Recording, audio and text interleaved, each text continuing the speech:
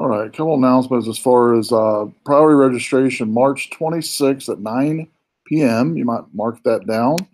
That's the opening bell for our Summer 1, Summer 2 courses.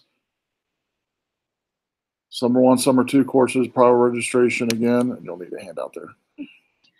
March 26th at 9 p.m. is when it opens. I will go over some of the courses that we'll be offering. I'm just going to bring up online services up here, so we'll use that.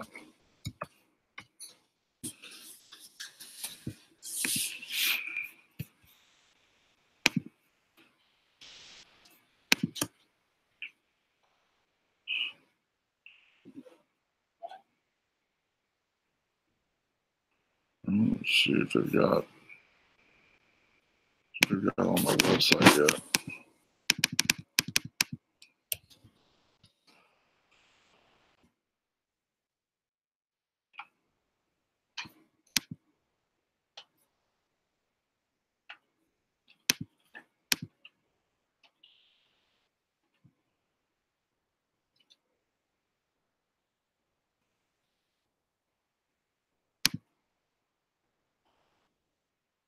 Okay.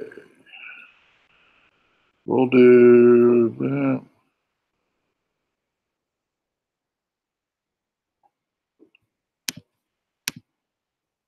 CIS.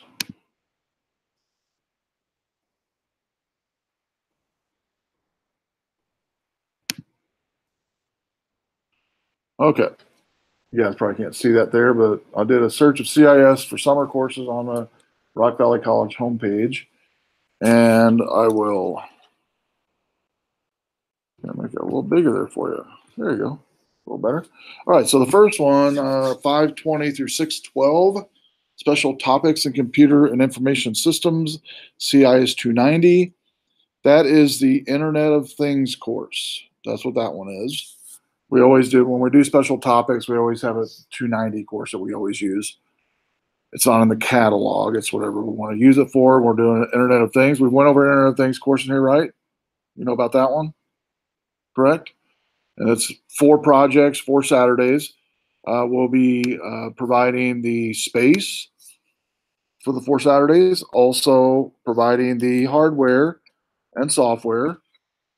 And you get to take home these 4 projects, 1 per Saturday when you're done. So you'll create them. You'll show up about 7:30. Between 7:30 and 8 in the morning is check-in time. We'll start at 8. We'll have refreshments there like coffee and orange juice and donuts and stuff like that every Saturday to get you started. And then we'll jump right into the projects. We'll talk about what the projects are, the pieces and parts that are going to be a part of the project. The first Saturday, you'll be signing up to particle.io, becoming a developer, setting up a developer account, which is free to do. We will also look at the interface of particle.io, where it allows you to set up multiple little apps to run your projects. And then we'll show how to set up this item right here. That's the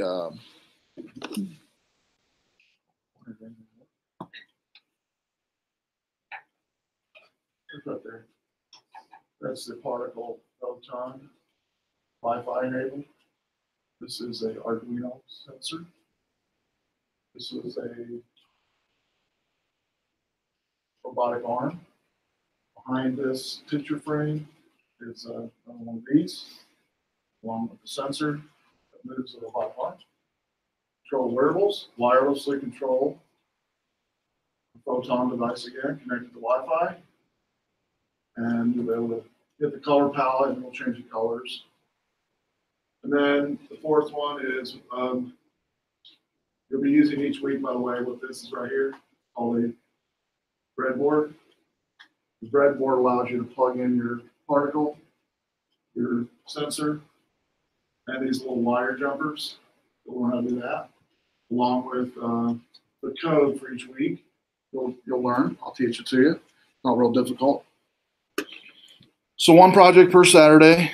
We'll get out around 11:30 every Saturday, and you'll be home with a completed project in Internet of Things.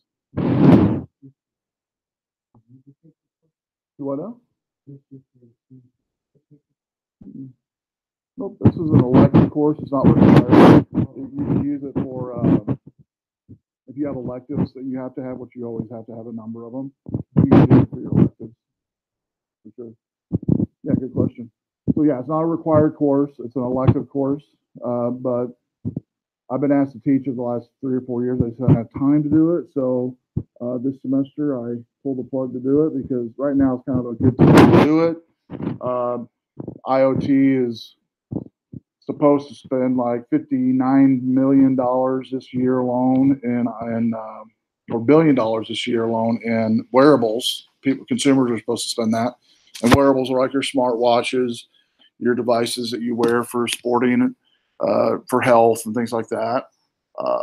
And then industry uses Internet of Things for inventory purposes, and they're going to need skilled workers. They're already asking, are we training people in the area of Internet of Things? Regardless of what field you go into, by the way, you will be interfacing with Internet of Things devices. By the year 2030, for every person in the world at that time, there'll be 7 Internet of Things devices. That's how many will be around. That's a lot of devices. All of your houses that are new, all your vehicles that are new are all embedded with Internet of Things devices right now. You buy a new vehicle today, your computer in the car, controlling the tire temperature, the tire sensing, the tire, how much air's in it, to gas, to oil, everything. Diagnostics, everything. Your house, you've heard of the Nest doorbell, to the Ring doorbell, to the Nest thermometer, thermostat that fits on the wall, to blinds that open and shut, to controlling all your lights in your home. That's just a few of Internet of Things devices you might have heard of or you maybe have. So again, if you're interested, March 26th, 9 p.m. is when that will open up. And you can go to rvciot.app for more information. I will not read the whole site to you, but I put on there a whole bunch of data on what Internet of Things is, some of the money that's being spent right now on Internet of Things as far as industry goes. It's the #1 technology as far as how many dollars are being spent in this field is Internet of Things. #1. Healthcare, industry, manufacturing, car manufacturing, home manufacturing, to personal use for wearables. You pretty much can't go anywhere without Internet of Things. So questions on that? Anything at all? Try to answer for you. Are you gonna offer that in other semesters, or is it just in Well, we're going to see what the demand is. From what I've been told from students, we have 15. It can seat 20 in there. 15 have said they want to take it, and it's from my other classes. And so, if it fills up like I think it's going to, I'd like to offer it. What we do on these 290 courses, by the way, is we offer these special topics. Because if you look it up in online services, it's called special topics. If a special topic is offered and it goes off well, we then try to integrate it into the curriculum. Like an example, our mobile app development certificate, it all started off as elective topics. I did it for 2 years, and each semester the class was full. And so we ended up making an actual real course. Forward fast 3 years. Now we have a whole certificate in mobile app development, starting with special topics. So to answer your question, I believe it will become a permanent course, personally, just because of the demand in the field that it'll be needed. So yeah, I do believe. And so because of that, it'll be integrated. If now it might not be in the fall of this year, but either way, we will be offering it again next May too. So if you can't take it this May, maybe you take it next May. That makes sense? Yes. Cool. And also, if you just want to pop in on one of these Saturdays, you're more than welcome to hang out and to see what it's like. I don't mind that either. Time says 7:30 to 1:30. We'll be out of there by noon, by the way. Check-ins at 7. I do not start at 7:30. Okay. So 7:30 to 8 is called wake up time. All right. And I get up early. Any early risers like me? I'm a 4 a.m. guy, but most people aren't that way. I blame it on my grandpa being raised on a farm. It's his fault. Had to be up and doing chores at 4:30 and 80 head of cattle every morning. But anyway, 7:30 to 8 is going to be check-in time, kind of waking up, getting some coffee and orange juice or whatever. Any more questions on that? If you do, shoot me an email. I'll remind you like I do with all this stuff, because if you're like me, you forget. Our lives are so busy, we just forget. The second class, or the second tier I'll talk about here is summer 1, it looks like. No, it's summer 1 and 2 both, it looks like here. 8-1 to 6-9. I think it's summer 1 and 2. Anyway, you'll notice 102 courses. I'll be teaching one of the 102 courses. Most of you already have 102. In fact, I think everybody does. To take this class, you have to have 102, I think. So I'll be teaching one summer course. And just FYI, being transparent totally with you, I normally for years did not teach summer courses just because I wanted time off with my family. But I work a full-time job during the day anyway. And the pay for summer courses is above and beyond our normal pay. So yeah, it's worth it. And so 102s and one that students have to have. So I usually teach one. I've been teaching one in the summer. So you'll notice a whole bunch of 102s, which you guys have probably already had. And I think Eric's teaching a 276. It is going to be on campus Tuesday night, 6 to 10, from 6:17 to 8:06. And I think that's summer 2. Yeah, that's summer 2. And so I teach the 277, which is the next level of C++ advanced. That will be offered again. I'll be teaching that again in the spring of next year. So questions on those courses? All right, cool. How many's thinking about maybe, or you should maybe toss around possibly thinking about taking the Internet of Things course? Anybody? Yeah, maybe 3 or 4 of you. Cool. Well, again, if you have any questions, let me know. It's only 3 credits, and I think you'll get a lot. It'll be a fun class, I guarantee that. I've had fun putting together the projects, and so you'll enjoy the projects that you get to put together. I would say out of all the projects, you will probably like the best, or your family will like the best, probably. Maybe not you, but your family will be this one right here. This is called What Should I Wear project. And what it is it's you've seen those box frames you get at Michael's or wherever. It's a recessed picture frame. So that's what it is. It's a box frame with a little picture at the back of it, a little image. It says, what should I wear outside? And it checks the weather every 15 minutes and then moves the actuator arm to whatever you're supposed to wear before you go out the door. So if it's raining, it'll know it's raining and say, okay, you need to put a raincoat on. If it's snowing, whatever, so on and so forth. So this one will be helpful. It'll run on a lithium battery. Depending on how often you check the weather from this device, and by the way, the weather will be checked via the Wi-Fi Proton device. It's actually one of these here. In fact, I've got a link to it, the actual project. It has the photon particle photon right there. That's about $19, that is. And then the shadow box, I've already got those. They're like $4 a piece. Then the Arduino servo are not real expensive. We'll be getting those as well. I'm going to a Japanese website. No, it's about $3, something like that. So anyway, that project. Not saying you won't enjoy the other ones, but that's a more, I guess, practical one probably out of all 4 that you could use in your house probably. The sensor one you might use. We'll have different use cases for that, like the cabinet in your refrigerator or your cabinet in your kitchen that holds the chips that you could see, or the person that where the cereal box is, the person that takes it, it'll be a motion sensor that will send a message to your phone whenever this motion is detected wherever in the house you want to put it. And I'm going to bring a device I put together. It's an iPad box, basically an empty one that I have the motion sensor in, and a camera, and I can put it anywhere I want to, and I think it'll go like 15, 20 hours or something like that.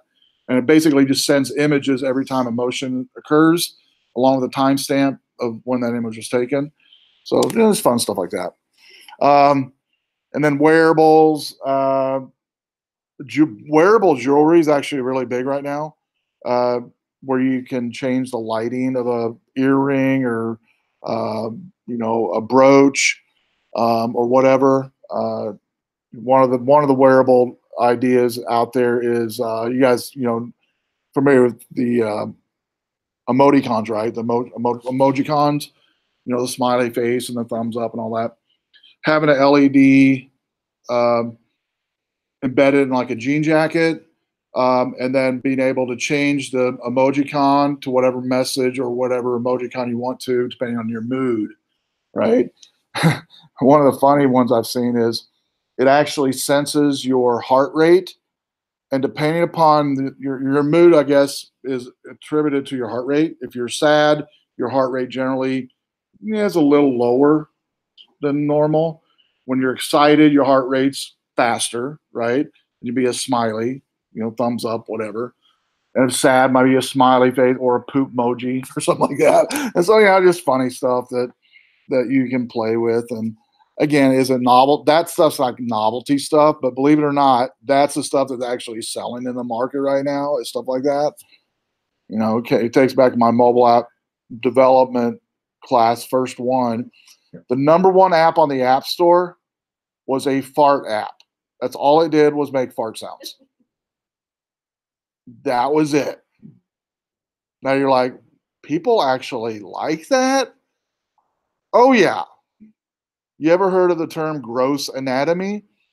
It's actually one of my friends is a science teacher in high school, and he teaches a summer course called Gross Anatomy.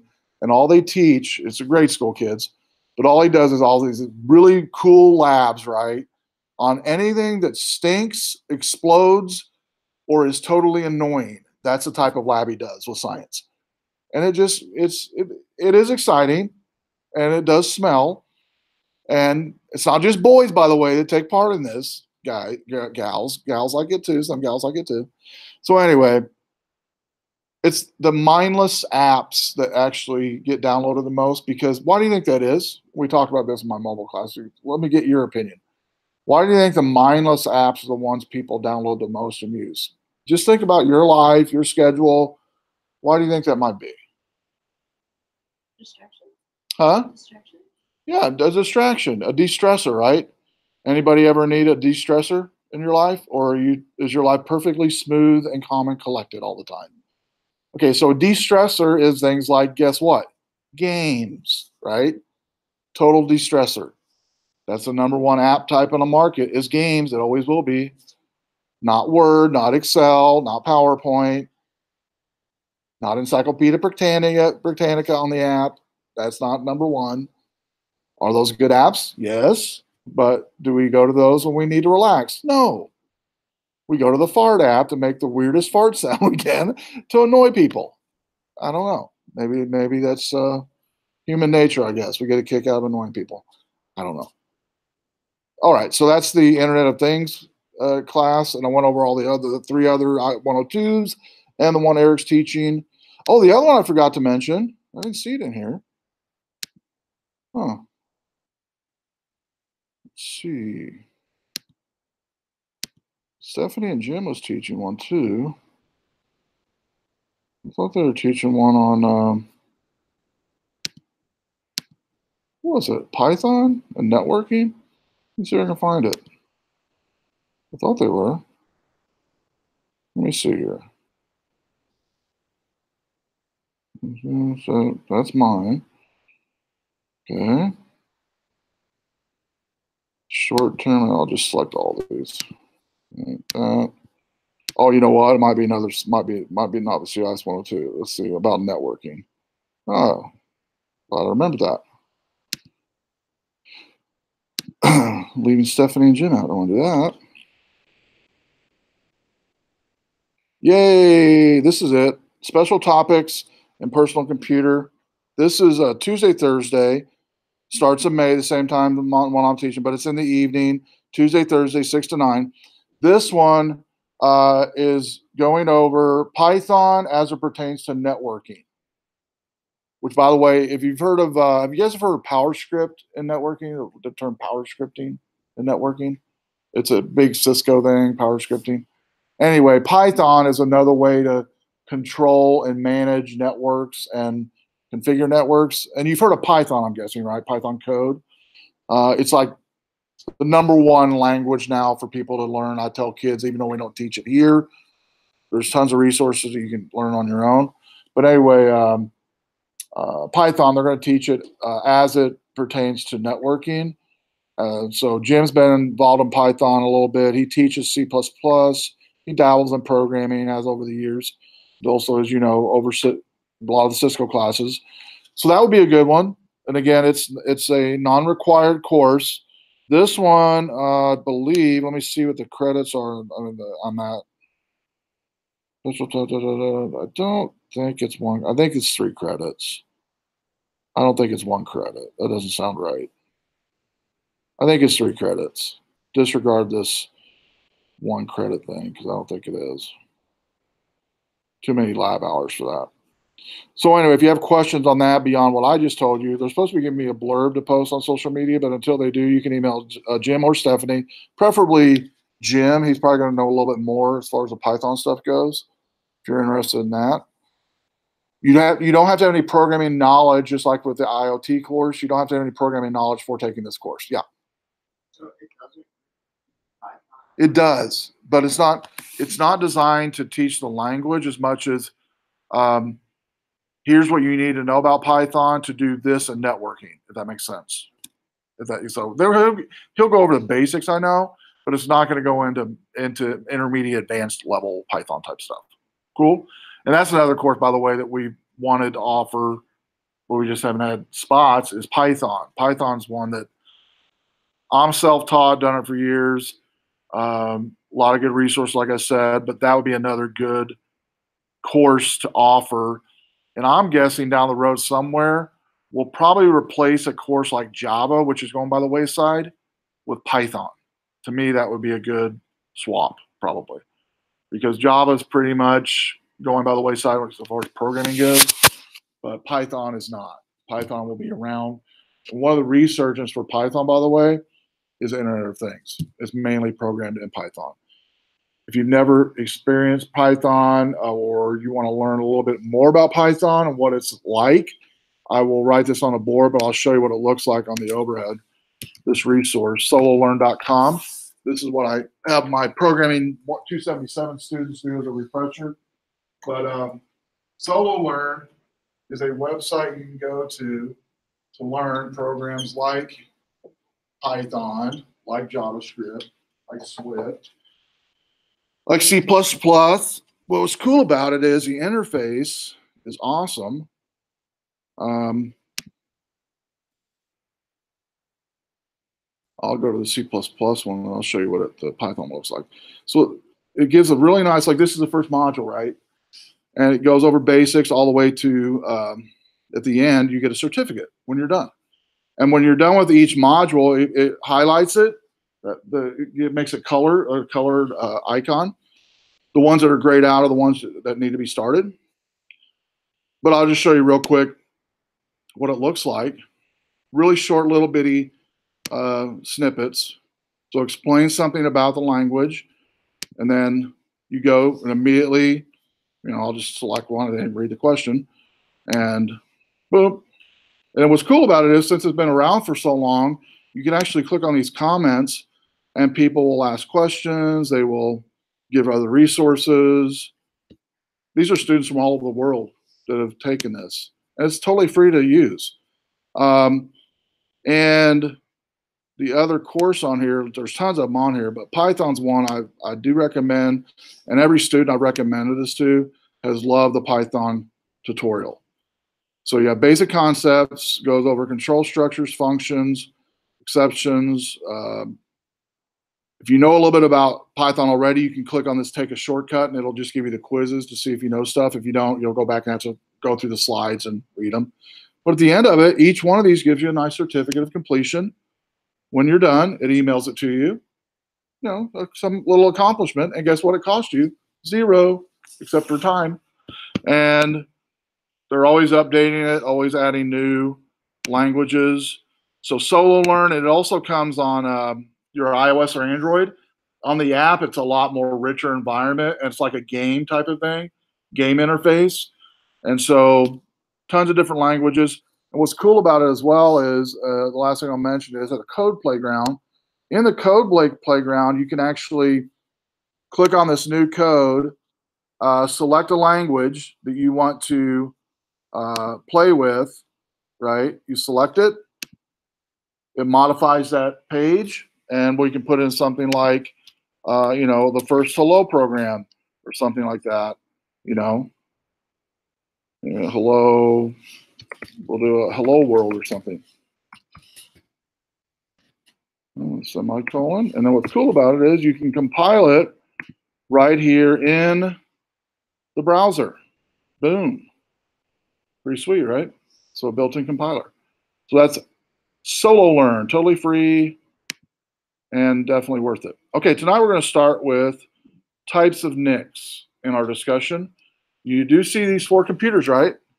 You will be playing with these tonight and busting them apart. And these are old school computers, believe it or not. Some of these have been here since I started. I brought some of these to the college 20 years ago. So some of these computers, the insides of it, you've never seen before. They're so old, you've never seen them. In fact, some of these computers are older than you. That's crazy. I said some. All right. But anyway, you'll be busting these open, showing you how to take a NIC out, put a NIC in. There's a common thing in networking you will have to do over the years if you're in IT at all. And all of your desktops pretty much have an embedded NIC today, but some of them might have NICs like these tonight that are on the motherboard. But if you do buy a computer that has embedded NICs that we'll look at tonight on the slides, if that was to fry or to get destroyed from like a surge or something, electrical surge, you would then have to replace it on the motherboard with a real NIC or like a USB NIC that we'll see tonight. And so it's good to kind of know how to do it, and that's what we're going to talk about tonight. So let's jump right into it. I will expand this out to full screen. All right, so one of the first things to understand about NICs before you go further is it is a hardware device on the OSI model, and it's in the near the end on the networking OSI model level, and it's through the layers 3 through 7 of the OSI, and it's a smart device. It has what's called prioritization built into it, network management, buffering, traffic filtering. It's on every device. So my tablet, my laptop, your desktop, your phones all have NICs in them. Even your phones do. They're wireless, but it's a NIC, okay? And without a network device, we would not be able to connect to our cellular connection of our cell phone, to our Wi-Fi, to our wired without a NIC. So it's pretty important. Before ordering a NIC for your device, find out what type of NIC it takes. Now, it's a pretty much no-brainer in today's culture. If your computer's 3 to 5 years old, you can go to Best Buy, you can go to Newegg.com, and pretty much order any NIC card they have, and it's going to fit your motherboard. Okay? That makes sense? Years ago, though, that wasn't the case. Motherboard manufacturers weren't as nice as they are today, being universal with manufacturing of NICs. And so you literally had to check the documentation for every motherboard because it would only fit certain models and criteria and manufacturers. That's pretty much not the case today. Some of the common companies that create NICs are 3Com. That's the #1, by the way, that still creates NIC cards. There's other ones out there, but that's the most common that you'll find on the shelves. dependencies of NICs. Back in the day, when we did this lab 20 years ago, we had to install dependencies on the computer to get the NIC to work. We actually used, I'll pass these around one per side, these right here, which you maybe have never held before too, some of you, which is a floppy disk. Floppy disk is what we use to install all the drivers. And yes, these computers all have floppy disk drivers built into them, which again, some of you have never seen, possibly, right? So that's kind of cool. And so NICs would also have with them compatibility issues. So you have to make sure it's compatible with your motherboard. Like I said, if you have a computer 3 to 5 years old and you go to Newegg or Best Buy, you can buy any NIC card off the shelf, and you have a motherboard with a slot, that we'll see what that slot is tonight, it'll work. I would say 99.99% of the time. Now, the types of NICs that have traversed over the years all travel on what's called a bus, okay? And a bus basically is a soldered path on the motherboard. I'll just be very crude here, but it's a soldered path on the motherboard from the NIC card to the CMOS chip or the computer chip circuitry. I'll just put in here computer chip to be simple. Or the brains of the computer. A whole bunch of different terminologies. So this is a bus that goes to that. And basically when a NIC's plugged into the motherboard and the Cat5 is plugged into it, this bus is what it travels on to tell the brains of the computer what type of NIC it is, how fast, what type of data is being connected, all of that on a bus. It's a circuitry, a pathway. Buses are used for everything from NIC cards to memory modules to the processor, the hard disk, everything. Old school floppy disk, your CD-ROM, DVD player, scanner, microphone, whatever. All of those plugins on your computer even today have a bus on each one of those plugins, a bus that goes to the CMOS, that goes to the chip to tell the brains what this is doing. Make sense? And that's basically what a bus is. Now, inside the bus, there's also for the NICs stuff, expansion slots. Expansion slots, and you'll see them when you bust open the motherboard in just a second. It's multiple components on the motherboard that allow you to plug and play. Things like video cards. You might have done that in your computer in the past. If you're a gamer, you might have said, this video card is not going to hack it for my game, so I'm going to have to put a nice beefed up video. Anybody done video cards on your computer before? Or you know somebody that has? Video cards are pretty common to update to make your graphics much faster. Like I said, if you're a gamer, a lot of gamers put new graphics cards on there to make the refresh rate faster and things of that nature. It inserts in that expansion slot, both for NIC cards and like video cards. It establishes an electrical connection from that bus. And then it connects to that bus to the brains of the computer. So multiple types of buses for a NIC card. PCI bus was the most popular expansion type of bus. It works for a 32 or 64-bit operating system. Clock speeds of 33, 66, 133, and even higher today. Maximum rate of speed, 1 gigabit per second. Developed by Intel in '92. And latest version is 3.0, and it's actually up to, I believe, 4.0 right now. That's what it looks like, a NIC card. That's a PCI NIC. One of the things you want to notice on this NIC is the little tines here, right here. I'll keep my mouse on it so you can see it. Right there where the mouse pointer's pointed to, there's a little break in the NIC, a little slit. And basically, you'll see that as well on the motherboard tonight when you plug in the NIC card, there will be a slot where it's that NIC card, and I'm coming from it from on top, will overlook, go right over that slot there, that break in the bus for that PCI slot. So really, there's no, you can try to force it, but it's not going to go in because it can only go one way. That slot can only go in there one way, if that makes sense. It also can support an original PC in the 80s when I started playing with these and having to replace them. It supported 8-bit, 16-bit, a whopping 4.77 megahertz clock speed. And then some of the characteristics on buses was very shorter length, faster transmission, and was compatible with PCs and Macs both, which are the two, and even in that day, the two types of computers that people would buy and businesses would buy, either a Mac or a PC, either one.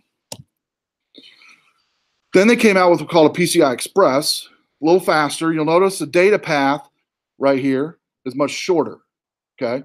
Still has that slot there. And you might be wondering, why do they have to put that slot in there? Was there a purpose for the slot? There's a purpose for it. One of the purposes is so people wouldn't put it in the wrong way, believe it or not. That's the only purpose. You didn't have to do it that way. We didn't have to put a slot in there. It would have worked without a slot. But for people to know where to put it, how to put it in only one way. Even though, believe it or not, you say, well, doesn't this face outside the computer? Yeah. But when they first started developing these in the test phases, they would just tell people, okay, install a NIC. Before they did this, they would install it backwards. They would take the NIC and point it in towards the motherboard, towards the computer. So the Cat5 was going inside the computer versus outside the computer. So this is one of the reasons why this notch was created. And it's still there today on any modern NIC card. So as you notice, PCI Express, much shorter data path, but much faster. Just like everything in technology today, it gets smaller. And what else? Faster, right? It gets quicker. So an example, dial-up days compared to broadband days. Back in dial-up days, we were elated when it went from 5 kilobits per second to 20 kilobits per second. And then 56 kilobits per second was screaming. Okay, that is 1/1000th of the speed, even much higher than that, than today's speed that we have. But we complain today if something's a millisecond slower than it was yesterday, right? So we can download whole movies in what, 5 seconds, 5 minutes at the most, right? Back in the dial-up days, movies would download and take 3-4 days to download the entire movie. I remember having high school students who, I'll just say that they downloaded some pirated videos for sure over the years. No, none of you have never done that. But anyway, I talked to one kid. He came in class on Monday. Hey guys, what'd you do this weekend? Well, I downloaded a movie, but it took 4 days. I'm like, 4 days? I'm like, okay, let me just, how much time did you actually spend on this though? Like literal time? Probably about 10, 12 hours. Okay. So if you got a minimum wage job and you work 12 hours, how much money would you make? We calculated it and they go, wow, I think I should get a job. So it's like, yeah, exactly. And pay for the DVD and have money left over. But anyway, I digress. But as the technology got smaller, it got faster with the PCI Express. Then the advantage of PCI Express was over PCI, the original PCI, more efficient, quality of service was better, disruption was less amount of disruptions. And then PCI slots were differed from conventional PCIs in that they offered larger lanes and larger speeds, up to 8 gigabits throughput. So here is a motherboard that has everything on it that you normally won't find, but it's got an ISA slot, a PCI slot. And working from left to right is kind of the evolution, you could say, of motherboard slots for NIC cards. PCI Express is still one of the most popular, okay? this PCI Express 16 was right before this became popular to make it faster. Both of these, ICE is the oldest, and this is the next oldest, and the Express is still kind of the most common that you'll see in motherboards today. And while we have this picture up here, it doesn't really show it well, but you know, here is your chip, your Intel chip, we'll say, or your you know, D chip as well. It could be you have Intel motherboards, and Intel is going to be the most popular, but you also have other motherboards as well, other chip manufacturers, Intel being the most popular. But anyway, each one of these, it does show a little gray line right here. This little gray line right here, we could say is representative of a bus connecting all these together. We would finally come back to this chip in the motherboard. And so determining the bus type, again, most motherboards today, all motherboards today are going to be mainly a 64-bit bus for new motherboards, right? If you bought a computer 3 to 5 years ago, it might be 32-bit bus. Most of yours are going to be 64-bit. Most of your computers you guys have at home today are 64-bit if you bought a new computer in the last couple of years. Peripheral bus standards. Okay, now we're switching from the actual NIC card slots to peripheral, meaning there is ways to install NIC cards other than the slots that we just went over. The way they, like you're familiar with like keyboard mouse, right? Keyboard mouse plugs in what port on your computer? USB. Your USB port. So we'll say, here's your keyboard, here's your mouse, okay?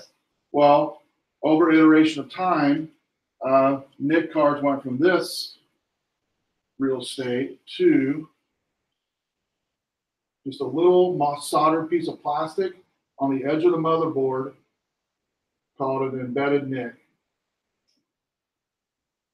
Now, which one do you think is cheaper to make?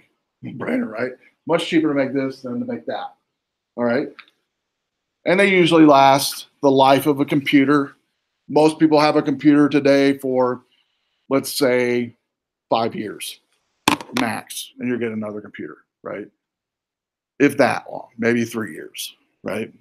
Most of you, I'm guessing, every 3 years might be your max, and you're getting a new computer, right? Pretty common. Is that about right? Every 2 or 3 years, you get a new computer. Give your old computer to your niece, nephew, brother, and sister to play with while you have the new one, right? And then keep passing it down. Anybody else do that in your family, by the way? Or do people do that? Okay, so that's a smart thing to do. Then in the peripheral bus standards, where you attach devices externally to the NIC card, these are very simple to install because instead of embedding it on the motherboard, and you just plug it in. Okay, plug it in. So like the keyboard and mouse, we'll see in a second, you also have the ability to, we'll do a USB 3 port, plug in a USB to, I'm making this picture bigger on purpose, a NIC card that is plugged into USB. That way you can easily install a NIC card via USB port as well. So if your motherboard one fails, you can do an external NIC that we'll see in a second. So one of the first external NICs I had was I had an old laptop in the what was it, early 90s. It was not equipped with a Ethernet port. It was before the Ethernet ports came out, but it did have a PCMI slot. The PCMI slot was used at that time for memory. Well, Ethernet, Intel came out with, or 3Com came out with a PCMI card. It looked like a credit card, basically, about the size of a credit card, dimension-wise, about that thick. Would plug in a slot on the motherboard. And it was one of the very first, was my very first experience with a Ethernet connected network on the laptop. And a PC card looked like that. That was actually what mine looked like exactly. It plugged in on the left side of that picture into the laptop or even the desktop. Then on the right, and they would come flush. It would flush basically to about right here with the laptop when it was plugged in, and then it had about, I don't remember how many little pinholes here, but a lot of them. And we would just leave them plugged in, because if you took it in and out every night, you have a more likelihood of jamming up those little metal pins in there. And so you just keep them plugged in. And then this thing here, you would take your finger and push it, and it would pop out, push it, and it would pop in before you put it in your bag to go home. And then your Ethernet would plug in the top of that, or kind of come in at the top and plug in there. And this 3Com was very popular in the early 90s with folks that were like myself that used a laptop at work, and I took it home. Had to use this to connect to the network. And so very popular, and matches the same speeds as the PCI expansion board speeds, but it was on a card. The Express card had 26 pins is what it had, up to 500 megabits total speed per second. The same data transfer as a PCI Express. It had a 35 millimeter and a 54 millimeter width size. So there's the two different sizes. And these Express cards, like I said, before we used them for Ethernet, they were used for extra memory. If you wanted to put memory in your computer without busting it open, which a lot of computers at that time didn't even have extra spots for memory, they would use memory slots, memory cards like this. Inside these Express or memory cards, you'd also have, some companies would be ingenious about it, and they would like put in the cards programs that would run from the card that wouldn't take extra hard drive space, because even hard drives back then, and this is really aging me, a 40 meg hard drive was huge back then. 40 megs. It's like, you're like, what is 40 megs? Okay, I don't even know what that is. I only talk in a gig translation. Okay, 1,000 megs is 1 gig.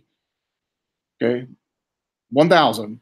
So a big hard drive in that day was 40 megs. 40. So you're like, I'm glad I lived today and not then, because I would not have been able to hold my games on that one. Next is USB. USB 1.1. You guys remember that? That's been about, when USB first came out, it was 1.1. 12 megabits per second, then 2.0, 480 megabits per second. Now, present day, super speed USB, 4.8 gigabits per second. So here is a NIC card, a 3Com again, or NEC. I think this is a NEX. I think this is a net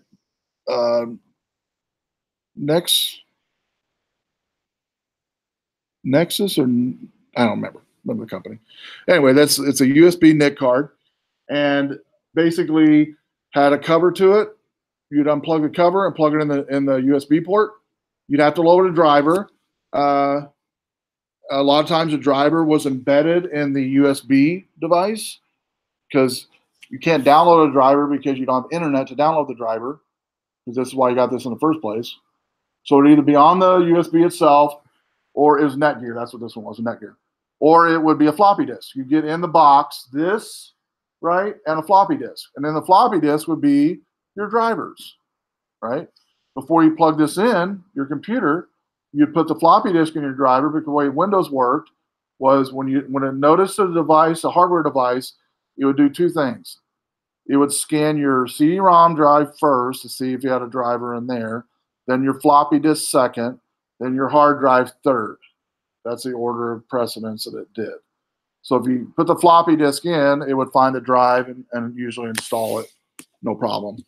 But you had to install a NIC driver for it. Then this is one I used a lot before USB became as fast as they are today, was FireWire.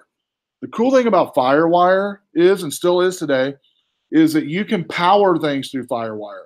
Okay, an example was one of my first external DVD burners was a FireWire burner. It had a FireWire cord plugged into a 6-pin FireWire.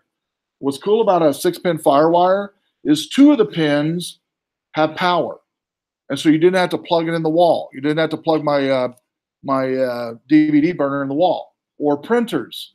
You could get a FireWire printer, and you wouldn't have to plug it in the wall. It would be powered through the FireWire connection. Cameras, same thing like that. So back when I used it, I was in graphic design, and all the cameras, all of my DVD burners, all of my scanners were all FireWire enabled. So when I went on the road, I didn't have to have a power port anywhere, a plug-in. I just used a FireWire port, my FireWire device, which would be powered by that cord. So, and they are still around, by the way. You can still find devices with FireWire, and that's one of the benefits is the power that goes through the FireWire to power the device. But it became popular in the 80s. One of the reasons it became popular in the 80s, Apple made it popular with graphic design people and photographers and videographers because they could take their machinery, their cameras, everything, news crews, all of it in the field, plug stuff in from cameras to scanners to everything, all FireWire, and do it anywhere they were at mobile, basically. And they could get power that way. IEEE became a standard, defined it as a standard 95. Traditional FireWire, 400 megabits per second. That was pretty fast back then because the fastest USB, as you can see here, was 12 megabits per second back then. So from 12 megabits per second to 400 megabits per second, that's quick. Newer version now has 3 gigabits per second. And what's the USB for it? So the USB has now surpassed FireWire when it comes to speed. It connects most peripheral devices. Like I said, printers, scanners, cameras, DVD burners, microphones, anything external type of computer device. It could connect also small networks. You could actually tether your computers together with FireWire. So if the two Macs had FireWire, you could connect the two Macs together with FireWire ports and transfer files very quickly, much faster than any Ethernet type of connection even. FireWire connected peripherals, similar to USB, very simple to install. You plugged in the pin, 4-6 pin wire. Like I said earlier, the 6-pin always had 2 pins devoted to electricity, and would connect that device and power it and use it to connect data as well. Here's what a FireWire 4-pin and 6-pin looks like. The one on the left is a 4-pin, the smaller one. The one on the right is a 6-pin. Compact flash is the next one. You've heard of this. When you think of compact flash, you probably think of cameras, maybe, compact flash. Because of one of the very first cameras, when first cameras came out before SD cards, the only way you could get memory on a camera was through compact flash cards. Anybody remember compact flash cards? I'm the only one. Compact flash cards, again, before SDs, small form factor, you'll see in a second, ultra small for that time anyway. Very fast data transfer and uses for small devices like cameras. Also had memory modules as well. Also uses, even today, you can get these compact flash cards through SD to wirelessly connect to your network. That way when you come into your home with your camera, it can have an SD card in there that has wireless or a compact flash card has wireless capabilities in the card. And when you walk in your home, it connects to the Wi-Fi automatically or your business and transfer the images where you don't have to manually transfer them. There's what one looks like. That's actually a compact flash to NIC wire. So you literally plug it in the compact flash slot on the laptop or desktop. And on the right is a dongle that connects the Ethernet cable. Then onboard NICs, like this beautiful picture I drew up here of this onboard NIC. It directly embedded on the motherboard, just like your mouse and keyboard ones do. Advantages, very small form factor, and frees the expansion slots to be used for other things like maybe video cards or sound cards, to name a couple uses. Then Wi-Fi NICs, wireless NICs. This is a nice feature if you're at a house and you have a computer in a basement. You don't want to run wires, and it's a normal computer. you can install or even a laptop, an old laptop that maybe doesn't have a wireless card in it or it doesn't work anymore. You can plug in this USB, the one up on the upper right, the gray one, the Netgear. That's a good one. About $30. You plug it in, and you got Wi-Fi that you can connect to your Wi-Fi network at home from your desktop. The bottom left one is used for motherboards on big computers, on larger computers, like in this room here in the middle of the room. And then the bottom right is an Easy Connect PCMI card that's wireless NIC as well. Just like the 3COM I showed you earlier, but this one's for wireless. So all three of these are ways to get wireless NICs on your computer. Bottom left would be desktop computers. Upper right could be desktop or laptops. Bottom right, probably not going to be anywhere found on your computers anywhere. You're not going to have a PC card slot. It might be around on older computers you have, but most of you aren't going to have those. Not to say you won't work in a place that does, but you probably don't have it at home. So getting down to the deed of installing NICs. Here's some rules before we get started here. 3 general steps, really difficult, no, very easy. The first thing you do is the hardware piece, and then the software, and then configure the firmware. In today's computers, the firmware part, that's why it's in parentheses if necessary, you don't need to do that. I've never updated firmware on a NIC card ever in all the years I've done it. Not saying that you can't do it, I'm just saying you don't need to do it, all right? And there's no benefit to it. Most of your new NICs are not going to have that anyway, so I weary against doing it. So on the hardware piece, I'll give you some tips here in a second on that. One is on the installing of NIC. When you bust open your computers in just a second, some of these will have 2 NIC slots. You're just going to choose in your team which one you want to take out. Before you can take it out, though, get the computer up very close to you as possible when you're standing over it, just to save your back. Get the NIC card as close to your body as you can. And make sure whenever you are over the computer, I'll have it come like looking down this way, and you're standing here at the table. Make sure when you're opening the computer that the NIC card that you are working on is facing this way. You don't want it facing this way or this way or this way. You want it facing this way. That makes sense? The way it's kind of over in front of you. And then you're going to go over the top of it. And there's generally going to be, at least tonight anyway, a screw here to unscrew that's going to help let you take this NIC out. Usually a Phillips screw. Okay. Your modern computers generally just have a latch, a little plastic latch you press and open it up. But these will all have like a Phillips screw here that we'll have to use. And we do have state-of-the-art screwdrivers, as you already know. No, we don't. So you'll have to fight for the best screwdriver. We have a couple of good ones, I think. So once you take this little metal piece out, this little bracket, it ends up looking like this, basically. Little bracket. Take that out, put it on the table, the first person will. Then when you take this out, you'll put your fingers on both ends of the NIC and kind of rock it up until it comes out. One thing you don't want to do on a NIC is you do not want to touch the metal tines that are at the bottom of the NIC with your fingers. Because all of our fingers have oil, some of us more than others, have natural oil that's on our fingers. When we touch this with our fingers and plug it into the motherboard, it could fry the motherboard. Okay, so don't touch that. In fact, when you're ever needing to do this in the future, these NIC cards come embedded in a kind of a foil package.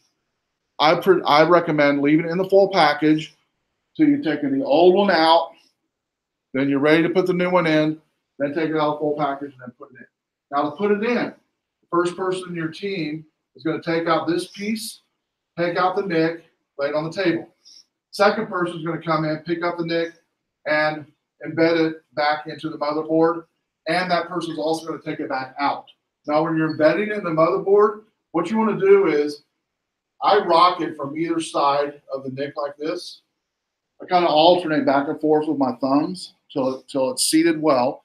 And the way you know it's seated well is those tines I talked about here. You want to make sure it's not like this, where the tines are kind of slanted here, right? You don't want that because you know it's not seated well. That you can see where the line is with the tine. You want it to where that line is in flush with that top of that PCI. There's no gaps. Okay, you're not going to see gold coloring of metal here at all. And you also have to visually look at it, by the way, on both sides. This one and the one behind as well. Because I've seen it to where it looks good on one side, but on the other side, the nick card can be kind of slanted this way or the other, and it's not going to be seated well. If a nick card is not seated well, it won't work correctly. It might work partially, but not all the way. So the number one way that nicks do not work is by when you do not seat the nick well on the motherboard, okay? So just those two tips are going to help you getting close as possible proximity-wise to you as a person. Rocking it out, rock it back in. Make sure on both sides you don't see any metal, and then go on to the next person. Last person in your group is going to embed it, put the bracket back on, put the case back onto the case mod, and put it on this black cart. Now let's talk about, for a second, static electricity, right? That all of us have, some more than others. The way these case mods are made is made with a material that when you just take your hands and rub on it like this, it's going to take any electricity you have in your hand or body into that case mod. That makes sense? The one thing you don't want to do is rub your feet on the carpet. You don't want to do that before you do that. Or run around the table and do this with your hair. You don't want to do any of that. But these have been unplugged for a long time. You do this at home. Unplug it, power and all peripherals, and let it sit for at least 30 minutes. So what is going to happen is the power supply inside these computers will keep power for a good 20 minutes. Some electricity will be in there. After 30 minutes, they're all going to be dissipated through the motherboard and through the table where it gets sit at. Does that make sense? Make sure power off, turn off 30 minutes. Once you do that, then you can break it open the case and start working on the computer.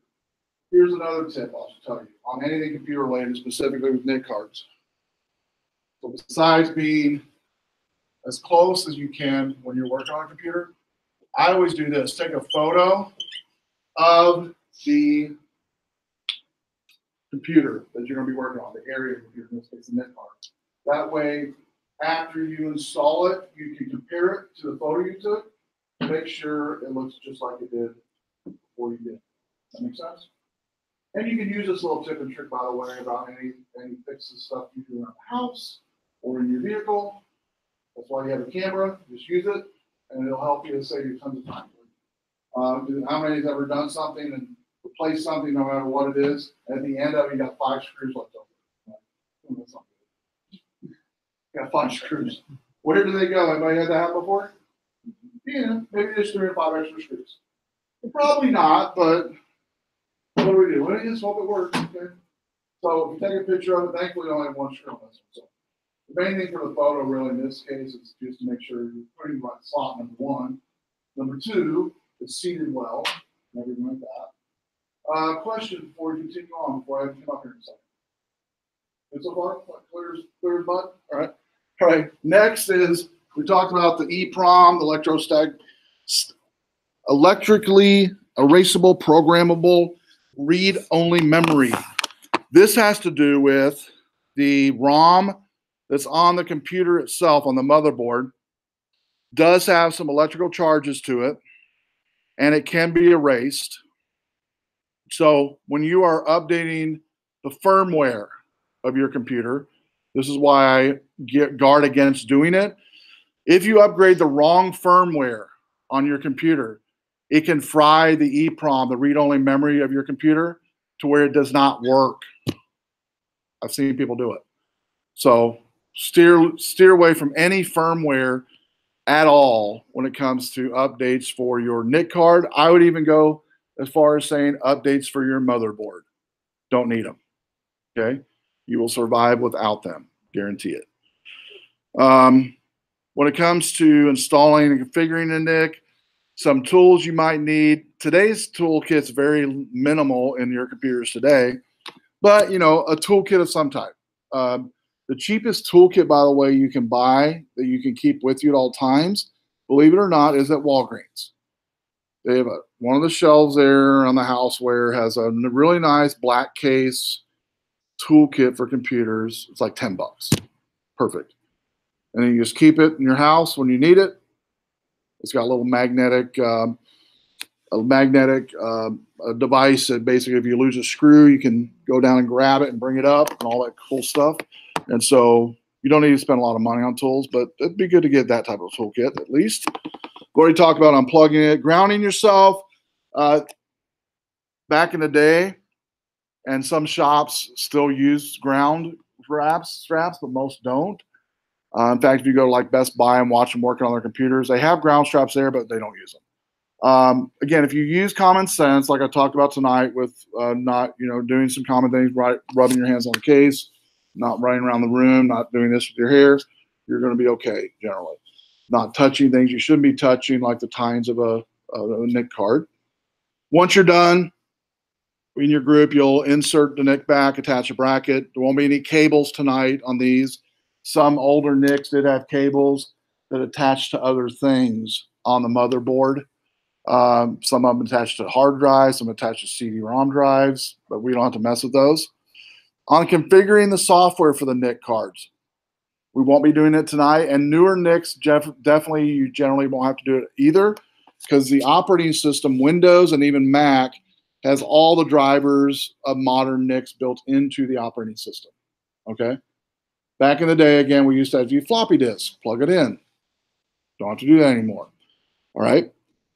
So when it gets through, like this screen here shows a properly seated NIC, you'll notice no metal showing where it's seated at all. No shiny metal anyway showing when it's seated. And that's what a PCMI card looks like. Drivers, already talked about that. They'll automatically install or connect, install whenever you plug your new and boot up the first time your new NIC card. Yeah, where it says here, automatically recognizing hardware. Yeah, if it's a 3COM or a common NIC card today, it's going to have it built into the operating system. Generally, you do not have to have that. And it doesn't even come with software anymore because of that. Okay? All right, so let's do this. On your handout, you should have a piece of paper that looks like this. We'll go over this real quick, and then I'm going to have you go forth and do it. Groups, we have 4 computers, so we can do probably 2 per computer. I'm thinking 1 or 2 per computer. Is that right? 1, 2. So we might do 3. You guys can all do 1 if you want to, all 3 of you. So someone will be on himself. And over here, we can do 2 and 2. That's all right. So you 2 and you 2. So we'll have 3. We'll use 3 computers. If you want, you can pick any ones you want to do. So that's the groups. So these computers, part 1 are already done for you. It's been unplugged, proper ESD. We talked about that. Removing the case mod. Some of these cases have screws to unscrew with a flat screwdriver or a Phillips. Some of them have hand screws. So it just depends on the case mod you have. Once you open up the case, make sure you seat it next to you, like I showed up here on the board. When I walk around, I want to make sure your NIC card is facing you, not away from you, facing you and your group before you do anything. Decide which NIC card you're going to use. There might be 2 in some of these. Doesn't matter which one. You will then unscrew the clip, the bracket, take out the NIC. Already went through all that. The last person will put the NIC back in last time and the bracket and replace the cover. Also, you'll put it up here on this black carrier up here at the front. As far as NIC drivers, the following, like it says here on number 2, does not need to be done in class on NIC drivers, but we're going to talk about it. You're going to do a little quiz at the end as a group. You'll do a quiz at the end. So this is an important page here. On the NIC drivers, on adding proper NIC drivers and car drivers, it says to open the control panel, add protocol for TCP/IP, add the client for Microsoft Networks, add the service for file and print sharing. Most of your operating system, in fact, all Windows 7, Windows 10, and even Macs will do all these for you automatically now. But it's always good to check to make sure that these are installed. If you don't have TCP/IP installed, you're not going to be able to configure the NIC. If you don't have client for Microsoft Networks installed, you're not going to be able to talk on the network. If you don't have file and print sharing installed on a NIC, you're not going to be able to share or connect to printers and share files. So those are important. But if you were to do this at home, just check to make sure those are there. They're going to be there 9 times out of 10 for you. Then you shut the computer down, restart it, make sure everything's working. Part 6, you're going to sit down with your group and answer these questions. What protocols need to be installed for TCP/IP to work? The last page will help you, by the way. What's the difference between patch and crossover cable? We've done that already in here. What type of network uses a patch cable? What type of network uses a crossover cable? If your NIC card does not work, we talked about this already too, what could be the cause of it? How would you troubleshoot it? So really quick questions, nothing real difficult. Questions before we get going. All right, so go and get with your group, decide what computer you're going to do, and start working. I'll walk around and help here. The tools are somewhere on the table there. Just got to dig through that box and find what tools you might need, and go forth and conquer.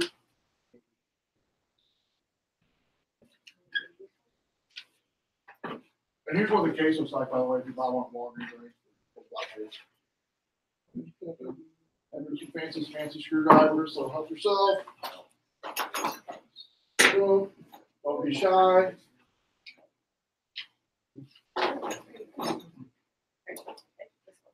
Anybody need a Windows 98 for this?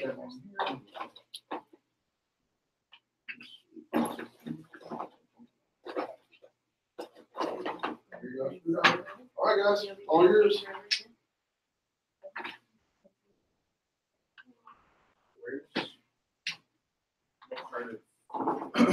After you bust open the case, make sure and lay it down like I showed you on the board before you start taking the NIC card out. If you need help, let me know. I'll be more glad to help you. Yeah, and that's just a hand screw. You can do that by your sheet. It should be too tight. And on this one, it opens this one. Let's see this one, guys. As you get through the screw, it pops out that way. It should pop out for you. Do a walk around and show you which way they pop out. That one, you do that way.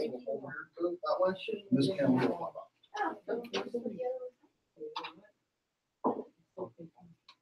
Good job. So I didn't even need to unscrew this side, right? No, you just have to unscrew this side, and then I would lay it down before you go any further. Once you get the unscrew, I would lay it down before you take the cover off. Lay it down flat before you guys take the cover off. Make sure the cover is facing up, though. That way you don't get any dust in your face. You're not going to hurt it. You just want to lay it down because it's not going to hurt anything. There you go. There you go. Cool. Then just pull it towards you. No, that's what we saw. It's broke. Just take some muscle. There you go. Cool. Your NIC card's already facing you here. So boom. Good there. I think you guys have what, 2 NICs over here? Decide which one you want to do. NIC there. No, just one NIC. Just one NIC. Sorry. And how many NICs you guys have over here? Yeah, you have 2 NICs. See right here? This one here, this one.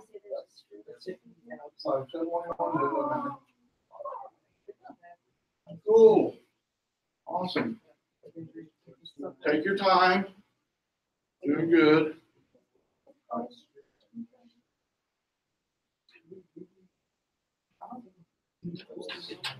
Oh, you need Phillips? We got Phillips.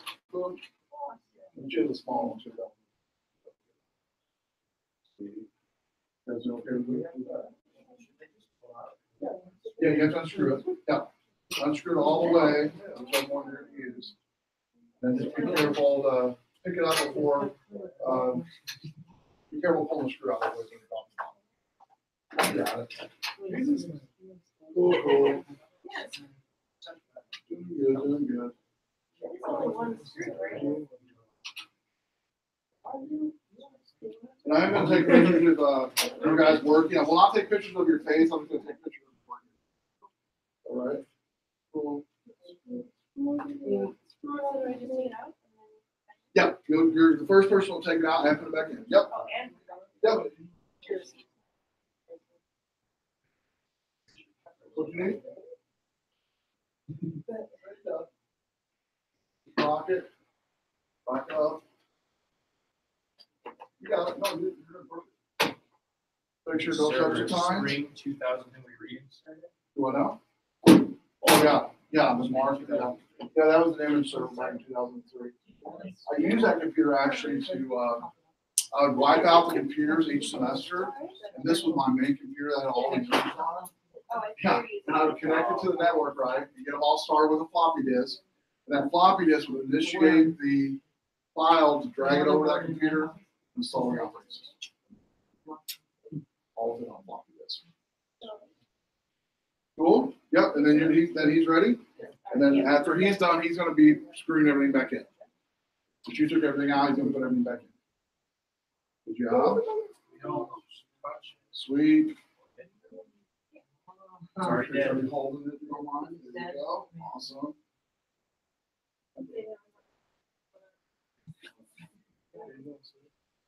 Do you need another? Oh. Oh, you can use it. They're already done. Yep. But you don't have to screw this back in right now. Oh, I read. Oh, you did? Okay, okay, that's It fine. wasn't very hard. Yeah, oh, here you go. I'm doing the same thing she did. No, definitely, yeah. Take it out, put it back in. Cool.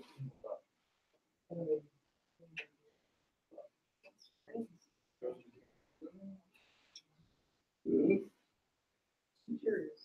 Good. Good job. Yeah, you're good to go. Run it all back. So you're ready to put the case mod back on? And after you get the screw back on there, you know how to do that. Well, I don't want to. It's easier, yeah. You take it on both sides, you kind of rest your hand somewhere like here, and then just rock it up like this.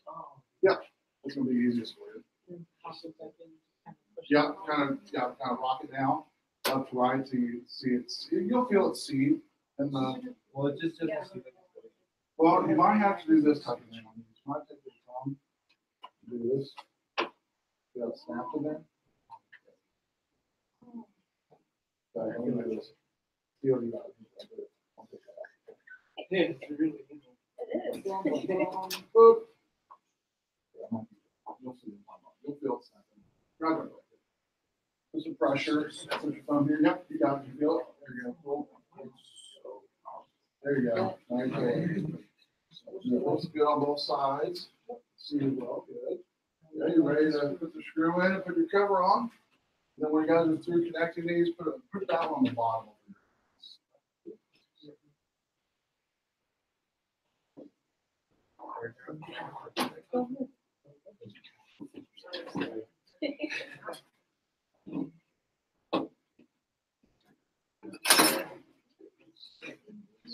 The trident.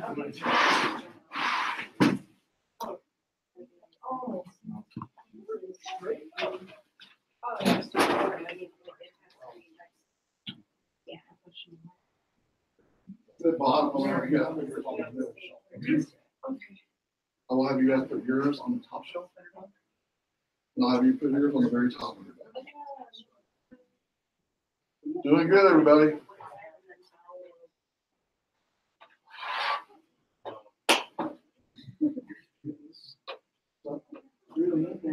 Yeah. Are you trying to take it out? Yeah. Again, Yeah, you, like they do that.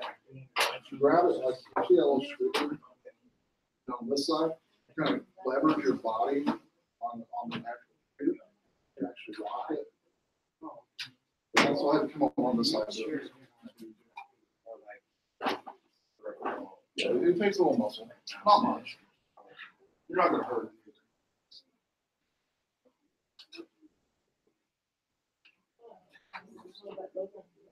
Yeah, if you lean with your arm here, lean, put weight there, and then grab this. And on this side, pull up, and then pull up here. Kind of rock it up. Okay. There you go. Yeah. Cool. Good job. Good job. And then after you're through, go back and sit down and do the very difficult quiz together as a team. Then we'll go over the answers in just a second. Once you all just put up, and you put yours right there. Do we write on the sheets? Yeah, one of you in the group can write on the sheet this way. Somebody in the group has the answers.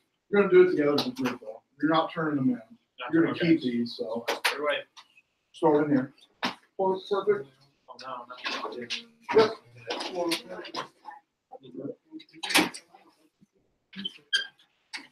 Great, great, good job.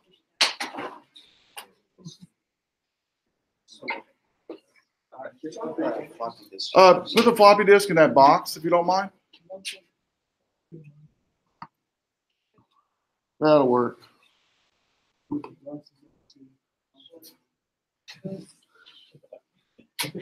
Cool.